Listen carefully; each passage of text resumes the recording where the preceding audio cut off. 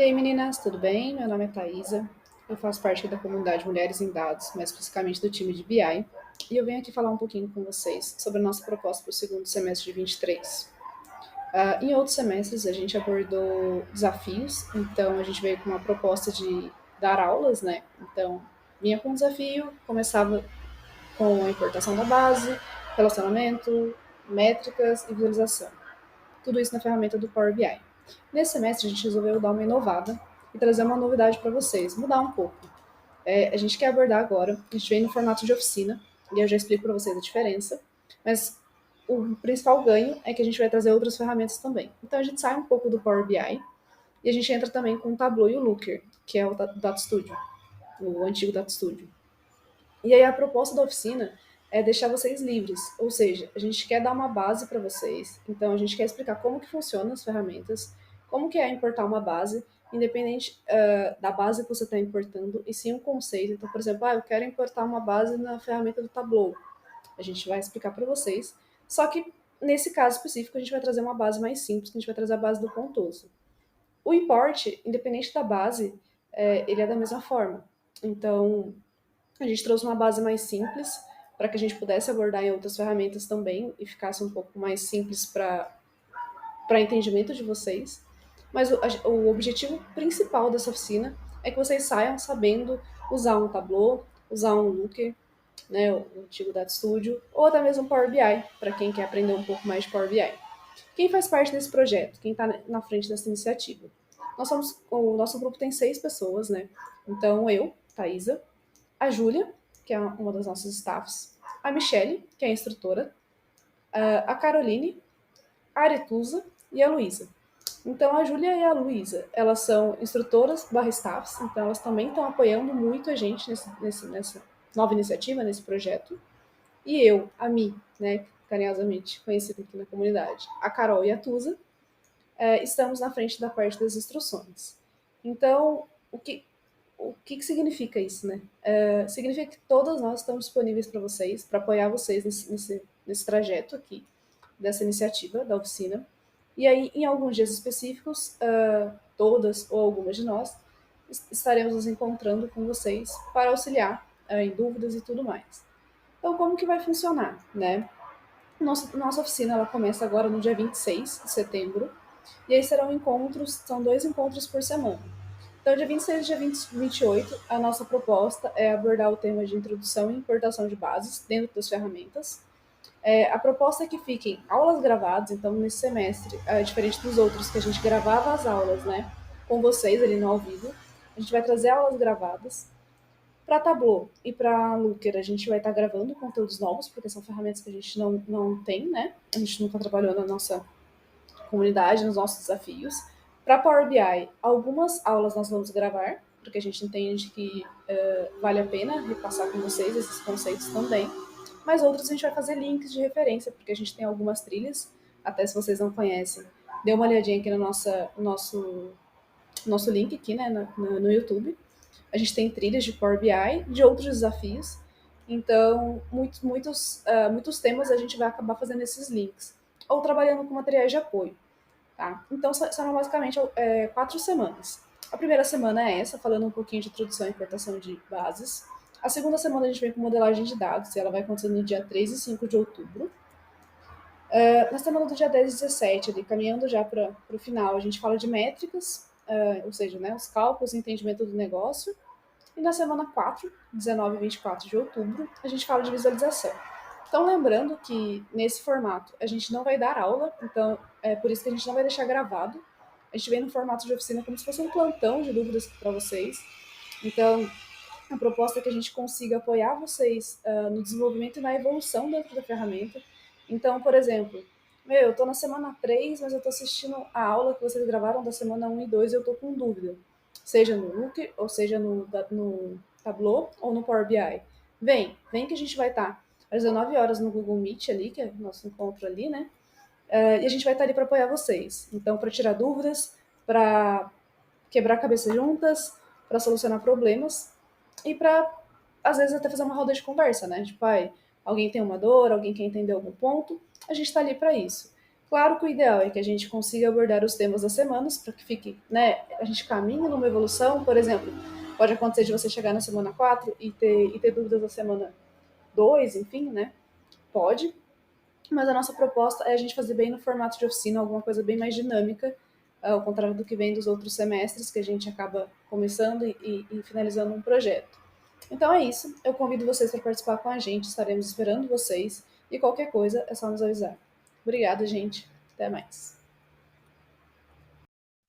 E aí, pessoal, tudo bem? Bom, a gente está aqui hoje para apresentar um pouquinho. A gente está começando um projeto aí na comunidade, né? Mais um projeto. Então, a gente está aqui para compartilhar um pouquinho com vocês a introdução na área de análise de dados, compartilhar um pouco do que a gente já compartilhou nas outras experiências que a gente teve, e a gente quer recapitular um pouquinho com vocês. Está cada vez mais popularizando, mas afinal, o que é, né? Bom, ou BI, que a gente chama, né? Então, quando a gente fala em Business Intelligence, a gente tem duas frentes. Então, eu tenho vários dados, mas o que eu faço com eles? O Business Intelligence é exatamente isso, é transformar os dados em informação, né? Então, hoje a gente pode ter dados brutos, mas de nada adianta aqueles dados disponíveis se a gente não consegue transformar eles em informação. A gente tem a pirâmide aqui do lado, aqui, e a gente mostra que a base ali é dados. Então, cada patamarzinho ele ligando um pouco para a organização. Então, primeiro a gente começa em dados, depois a gente fala que a gente está transformando ele em informações, em conhecimento e inteligência. Falando um pouquinho em BI, né, a gente fala que a nossa base sempre é usada. Então, quando a gente olha aqui nessa pirâmide, do lado direito aqui, a gente traz ali uma seta para cima ali que fala da qualidade. Então, o que adianta a gente ter vários dados e a gente não ter a qualidade dessas informações? Que nada mais é a área do BI, né, o que o BI faz. Então, a gente pega esses dados, transforma em informação, transforma em conhecimento e inteligência. No final, é esse o valor da informação, é esse o valor que a gente vai agregar ao negócio. E aí, falando um pouquinho do universo dos dados, né? Então, a gente fala muito assim, quando chega alguma coisa para a gente, como que a gente trabalha, né? No primeiro momento, o que a gente faz? Primeiro, é saber quais são as perguntas. E, normalmente, a gente vai atrás das respostas. Então, quando a gente tem as perguntas, fica muito mais fácil a gente guiar o nosso trabalho. E aí, quando a gente fala das perguntas, a gente tem duas frentes. A gente tem a quantitativa e a qualitativa. Então, a quantitativa, ela está mais focada em número, é o que a gente consegue mensurar. Então, por exemplo, um valor faturado, ele é um valor quantitativo. Mas, se eu não tiver um contexto daquela informação, aquele quantitativo não é tão funcional para mim. Então, por isso que a gente fala também do qualitativo. E aí, quando a gente fala no qualitativo, a gente traz um contexto daquele número. Então, aqui, né, nesse ponto aqui, a gente traz um pouco o que é. São dados descritivos, normalmente são perguntas abertas e é para entender o porquê. Então, ele meio que explica para a gente o porquê que a gente está atrás daquela informação. Muitas vezes é a própria resposta, né? Então, a gente traz esse tema para a gente desmistificar um pouquinho aquela frente do você trabalha com BI, você trabalha com relatório. Não, a gente não trabalha com relatório, a gente não é uma fábrica de relatórios. A gente quer trazer informações através de dados. Então, se a gente tem dados trabalhados e tratados, a gente está gerando valor aos negócios, né? Então, a área de dados é para gerar valor e não é uma fábrica de relatórios. Não é aquele relatório que, eu não sei de onde eu tiro, eu vou fazer um relatório. Não, a gente quer agregar valor ao negócio, né? E aí, dentro dessa frente, a gente tem duas análises, né? A gente tem a análise do passado e do futuro. Então, quando a gente fala em passado, a gente fala muito de dizer o que já aconteceu. Então, por exemplo, no exemplo do faturamento ali, a gente tem outros aqui também elencados, mas eu quero saber quanto eu faturei. Eu estou olhando o passado, então, estou olhando no relatório de receitas, no relatório de vendas. Eu estou sempre olhando o que aconteceu, né? E quando eu falo em futuro, então a gente trabalha com uma previsão de vendas, por exemplo, baseado no que aconteceu no passado, mas a gente consegue olhar um pouco o futuro. Gerenciamento de risco, estimativa de crescimento. Então a gente tem duas frentes de análise, a gente tem tanto do passado quanto do futuro.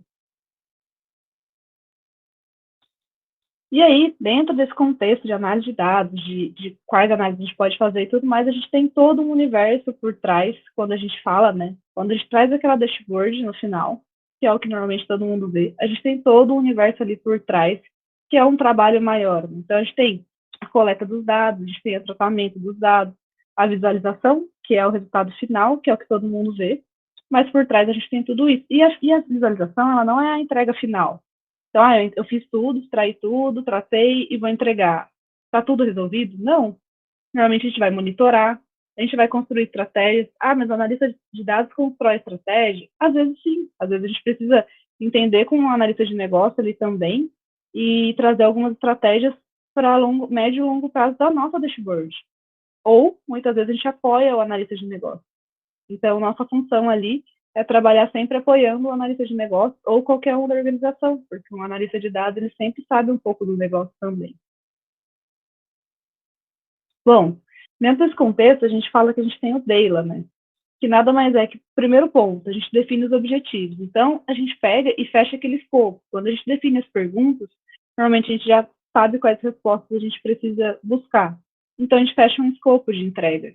Porque, como a gente sabe, projetos sem escopo, a gente acaba fazendo milhões de coisas e não entregando nada. Então, a gente acaba definindo ali um objetivo. Depois a gente escolhe as métricas, que são as respostas que a gente tem. Então, por exemplo, eu quero saber quais foram os maiores clientes desse mês. Aí a gente fala em Power BI, a gente vai trazer um ranking, por exemplo, né? Depois a gente vai identificar as fontes. Então, poxa, da onde vem essas informações? É banco de dados? Eu tenho acesso? Excel? Ah, são várias fontes de dados. A gente vai identificar elas e depois a gente vai limpar. Porque a gente sabe que grande parte dos sistemas, a gente tem várias informações de vários lugares, a gente precisa tratar elas e fazer com que elas, fazer uma normalização de dados delas. Então, essa etapa também está incluída ali no nosso trabalho, muitas vezes. E depois, por fim, a gente faz a análise de dados. Então, a gente começa a pegar esses dados e transformar em informação.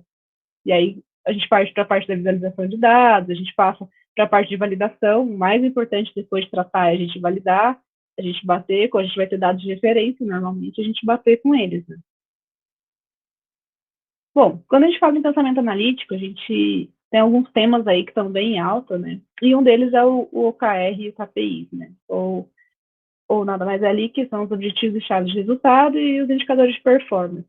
Bom, são termos em inglês, né? KPI e OKR. Basicamente, o OKR, ele fala um pouco sobre a visão macro do negócio e o KPI, ele diz um pouco individual. Pode ser por individual mesmo, por pessoa, ou pode ser por setor. Então, normalmente o KPI e o OKR, eles andam em conjunto, porque como a gente tem uma meta macro, né, a gente vai caminhar junto, mas não necessariamente eles são 100% dependentes. A gente pode ter metas de KPIs que levam, uma junção delas levam ao OKR. Né? De qualquer forma, são indicadores ali para nos orientar e nos permitir. Normalmente, KPI tem métodos e tudo mais. Então, eles acabam orientando a unidade inteira, né, ao objetivo proposto pela organização. E aí a gente fala um pouco, como que eu posso me diferenciar no mercado? Poxa, eu sou analista. Meu, tem muitos fatores. Aqui a gente fala um pouquinho deles, né, de alguns, mas é um trabalho contínuo, é um estudo contínuo trabalhar com análise de dados. O primeiro passo, que a gente sempre comenta nas conversas que a gente tem ali no nosso squad, ali no staff, ali, a gente fala muito do senso crítico, porque muitas vezes, quando a gente começa a entregar as coisas, tudo se torna urgente. Então, a gente precisa entender o que é relevante. A gente está se tornando uma fábrica de relatórios ou a gente está dando valor para a empresa? A gente está entregando dados que geram valor para a empresa, né? Quando a gente fala isso, a gente está focando em soluções. Então, muitas vezes a gente quer ajudar todo mundo, mas quanto a gente entrega de valor para a organização? O quanto a gente está conseguindo extrair daqueles dados ali e ajudar no direcionamento da empresa? Então, isso tudo, a gente olhando um todo, a gente acaba falando assim, poxa, se a gente tiver clareza do que e do porquê, fica mais fácil priorizar, entregar soluções com qualidade. Então, a gente tem que ter um olhar além, a gente tem que ter um olhar do todo quando a gente pensa em análise de dados, né? Um analista de dados, ele trabalha muito junto com o negócio. Dificilmente você vai ter um analista de dados que ele não conhece do negócio. Ele pode não conhecer tudo, porque a gente nunca conhece, mas é o que eu sempre brinco com as meninas, a gente sempre conversa. A gente não precisa saber tudo, porque a gente não vai saber tudo. Mas a gente precisa saber com quem falar ou quais referências a gente buscar. Então, essa é a chave. Né? Bom, e aí a gente vai entrar um pouquinho num assunto meio polêmico aí sobre as carreiras, né, que a gente tem. É um assunto que depende muito da organização, a gente sabe que cada organização tem o seu conceito, mas isso aqui é um conceito um pouco geral que a gente traz. Então, a gente traz uma linha ali do tech para analítica. Né? Então, no tech, a gente tem os data engineers ali, que eles são responsáveis pela estrutura de dados. Então, por que eles são mais próximos do tech? Porque eles fazem a parte da modelagem.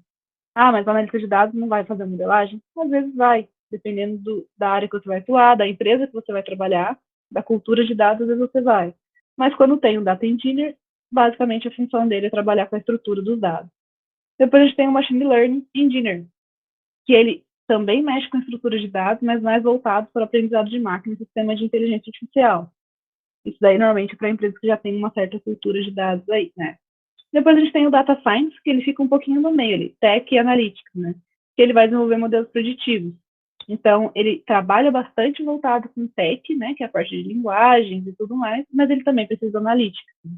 Lembrando que nenhum anula o outro. O Data Engineer, ele não sabe Analytics? Normalmente ele vai saber sim, porque como ele vai extrair e modelar sem saber o Analytics, né? Mas ele é mais próximo do Tech. Pelo menos essa é a nossa visão aqui, né? Depois a gente tem o Data Analysis, que ele trabalha com apoio ao negócio. Ou seja, eu tenho dados e eu consigo apoiar, eu conheço do negócio, eu tenho os dados em mãos e eu consigo desenvolver visões e trabalhar dentro da minha extração de dados, que provavelmente o Data Engineer vai liberar. Dentro do meu conhecimento técnico, eu consigo ajudar a área de negócio, então eu consigo apoiar a área de negócio, né? E aí, depois a gente tem o Business Intelligence Analyst, né? O que ele faz? Muitas vezes ele pega aqueles dados que o Data Analyst liberou para ele e ele consegue trabalhar na parte de tomar de decisões. Essas profissões, uma substitui a outra, ou uma existe dependente da outra, depende muito do contexto. Tem empresas que a gente vai ter um BI analyst ali, que ele vai trabalhar como data analyst também. Então, tudo vai variar, tudo vai depender do contexto. Aqui a gente está aqui trazer um pouco dos termos que a gente ouve e o que a gente, buscando no mercado, o que a gente entende que cada área faz mais, né? Então, normalmente um data analyst, ele trabalha mais com os dados, né? Ele trabalha um pouco mais com a parte técnica, e um BI analyst, ele acaba trabalhando mais com os dados já prontos, né? Para trabalhar ali com a área de negócio e criar planos de ações. Ele normalmente é aquele cara que vai falar assim, olha, a meta não foi atingida, o que a gente precisa fazer para atingir? Poxa, vamos melhorar tal indicador? Nossa, vamos trabalhar no desenvolvimento de um novo indicador? Ele normalmente dá essas coordenadas quando a gente tem esse papel na empresa. E aí, já passando um pouquinho ali próximo de finalizar ali para passar para mim, a gente vai falar um pouquinho da arquitetura, né? Então, quando eu falo em BI, a gente tem todo um ecossistema ali que passa por BI. Então, quando a gente entrega aquela dashboard bonitinha para o nosso usuário, a gente passa ali pela parte de extração de dados, né? Então, ela pode ter várias fontes, aqui olhando no lado esquerdo. A gente trouxe o exemplo da AWS, do Oracle, CSV ou qualquer outra fonte. Então, a gente vai extrair os dados, a gente vai transformar e fazer o carregamento dos dados, que é a famosa etapa do ETL. Tem também o ELT, que o pessoal tem usado bastante, né? Que é extração, carregamento e transformação. Tem o ELTL, que é extração, carregamento, transformação e carregamento. E, de qualquer forma, normalmente a gente armazena isso num DW, ou num Data Mart ou no Staging. Qual é a diferença, tá? Vou passar rápido para vocês, só para a gente trabalhar um pouquinho nesse contexto. Mas o DW é quando a gente armazena conta de dimensões e fatos, né? Então, ele é um banco mais estruturado para dados. O Data Mart, ele continua armazenando dimensões e fatos, mas a gente acaba liberando segmentos. Então, por exemplo, a Mia do comercial, ela vai ter acesso às dimensões e fatos do comercial. A Isa do RH, a Isa vai ter acesso às dimensões e fatos do RH, né? E aí o Stage normalmente é um ambiente mais frio, onde a gente acaba trazendo dados brutos para uso. Normalmente o Stage a gente usa muito no ELTL, né? Que daí é o load, o extract load, a gente acaba optando por usar o Stage. E no final disso tudo a gente conecta uma dashboard, a gente conecta um Power BI, né? A essa ferramenta de banco de dados que a gente tem intermediária ali, que normalmente ela tem estrutura de dimensões e fatos, facilitando a modelagem, tornando mais dinâmico ali. E nesse caso, né, a gente está trazendo o caso do Power BI. Então, no final, a gente vai acabar usando o Power BI como visualização de dados. E o Power BI vai fazer parte de todo esse ecossistema. Nesse case que a gente vai trabalhar com vocês, a gente não vai trabalhar com banco, né? A gente vai trabalhar com planilhas e tudo mais. Bom, e aí falando um pouquinho, né, das principais ferramentas, a gente falou um pouco do Power BI, que é o nosso foco nesse projeto, mas vamos passar um pouquinho também, contextualizando um pouco sobre outras, né. Aqui a gente trouxe 3 principais para a DataVis. A gente sabe que tem outras, tem Metabase e tem outras aí no mercado, mas a gente trouxe as 3 ali do Gartner também, seguindo um pouco, né. Então, aqui do Power BI, ele já é um pouco mais famoso, todo mundo acaba conhecendo ele. Ele permite uma visão 360 graus de métricas, ele permite atualização em tempo real, ele tem a flexibilidade de conseguir visualizar em diferentes dispositivos, assim como o Tableau, né? O ganho do Power BI é porque, como ele é uma ferramenta do Microsoft, na verdade, né, do Excel ali, ele acaba tendo um ambiente mais familiar, então a gente acaba conseguindo aprender assim, com mais facilidade. Tem o Data Studio. Qual é o benefício do Data Studio? Para quem trabalha com o G Suite, ele é gratuito. Ele aceita as planilhas do Google, assim, facilmente para utilizar. Para quem usa Google Analytics, a gente consegue fazer os plugins ali no Data Studio, então facilita bastante. E ele pode ser compartilhado com qualquer pessoa. Então, a gente, de certa forma, não tem um custo e a gente consegue compartilhar, ao contrário do Power BI, que daí a gente já tem um custo, né? Que a Misa fala mais para frente ali como funciona. A gente tem o Tableau, que é outra ferramenta bem concorrente aí, que ela perde um pouco, talvez, que ela ainda não é tão, não tem tanto mercado comparado, né, com o Power BI, por exemplo, é mais por conta do custo, porque ela é uma ferramenta muito fácil de usar, é uma ferramenta muito robusta, ela tem baixa curva de aprendizagem, mas o custo dela ainda é um pouco elevado e por isso que a gente ainda não encontra tantas empresas trabalhando com ela. E aí a gente fala um pouquinho de ferramenta de ETL, só para entrar um pouquinho no contexto. Então, a gente tem o Pentaho, que é uma ferramenta que faz extração, transformação e carregamento. A gente tem o Python, que a gente consegue, né, trabalhar com Python ali, com as bibliotecas do Python, para fazer isso. A gente tem o DBT, que a linguagem dele é o SQL, então a gente consegue extrair pelo DBT. A gente consegue extrair por SQL próprio, então a gente consegue ali fazer um extraction transform ali através de algumas funções que a gente tem, dependendo do nosso banco de dados. E a gente tem o Data Factor também, que a gente não colocou ali, mas é uma das opções que a gente tem no mercado. E, meu, a gente tem vários outros aí disponíveis no mercado para ETL. Bom, e aí um pouco, né, para finalizar um pouco com vocês, no final, tá, falamos bastante sobre o analista de dados e sobre o projeto, mas qual vai ser o nosso entregável nesse projeto, né? Qual é o entregável para o analista de dados? Basicamente, é mapear as métricas, é entender os indicadores e criar as dashboards. Basicamente porque a gente viu que a gente tem um longo caminho para percorrer para conseguir chegar nessas dashes aí.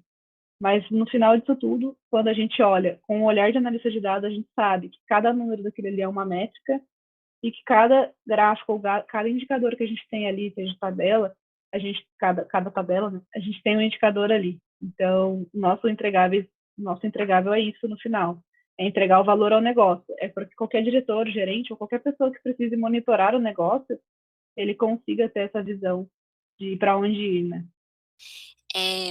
Os dados qualificados é muito importante para que a gente cuide da coleta de dados, da organização, da limpeza e que sempre esteja tudo limpo, padronizado, para você que vai usar, para a próxima pessoa que for consumir, para a gente mostrar isso para o usuário, também melhora a performance, melhora o carregamento, tudo isso é um conjunto de atribuições e recursos que facilita a vida de todo mundo e assim deixa, faz aquela famosa boas práticas de criação de relatório. E como dicas aqui que a gente deixa um pouquinho são deixar colunas com informações únicas, linhas com informações únicas quando a gente está tratando de IDs, de informações mais, sensíveis, né, como um CPF, a gente é importante lembrar, não vamos trazer isso dentro de um relatório, mas sempre pensar em que informações que sejam únicas de um cliente, de uma venda, que a gente traga isso unicamente para o Power BI para melhorar o carregamento dele. Ele não é uma ferramenta perfeita, tem um número de linhas que ele vai conseguir carregar, então é sempre bom garantir que tenha, informações únicas, uma base única, que se ela for no Excel também, que todos os dados fiquem numa mesma aba. É é comum que quem faz uso de Excel e depois leve para o Power BI, que utilize várias abas e o Power BI não vai ler tão bem isso. É importante que a gente, agrupe tudo num lugar só para que ajude a leitura dele, toda a parte em que ele pegará aqueles dados e transformará em tabela para a gente. Valores em colunas também, lembrar que a forma como a gente visualiza no Power BI é diferente do Excel. A gente fala muito dessa diferença, porque muitas pessoas vêm já do Excel e o Power BI já tem um outro tipo de formato, que é o formato colunar. E quem tem certeza dos dados, né, tem confiança nas sugestões que vai fazer. Se você conhece bem a base, foi você que construiu o relatório, com certeza vai agregar bastante para o negócio e conseguir ajudar nas tomadas de decisões.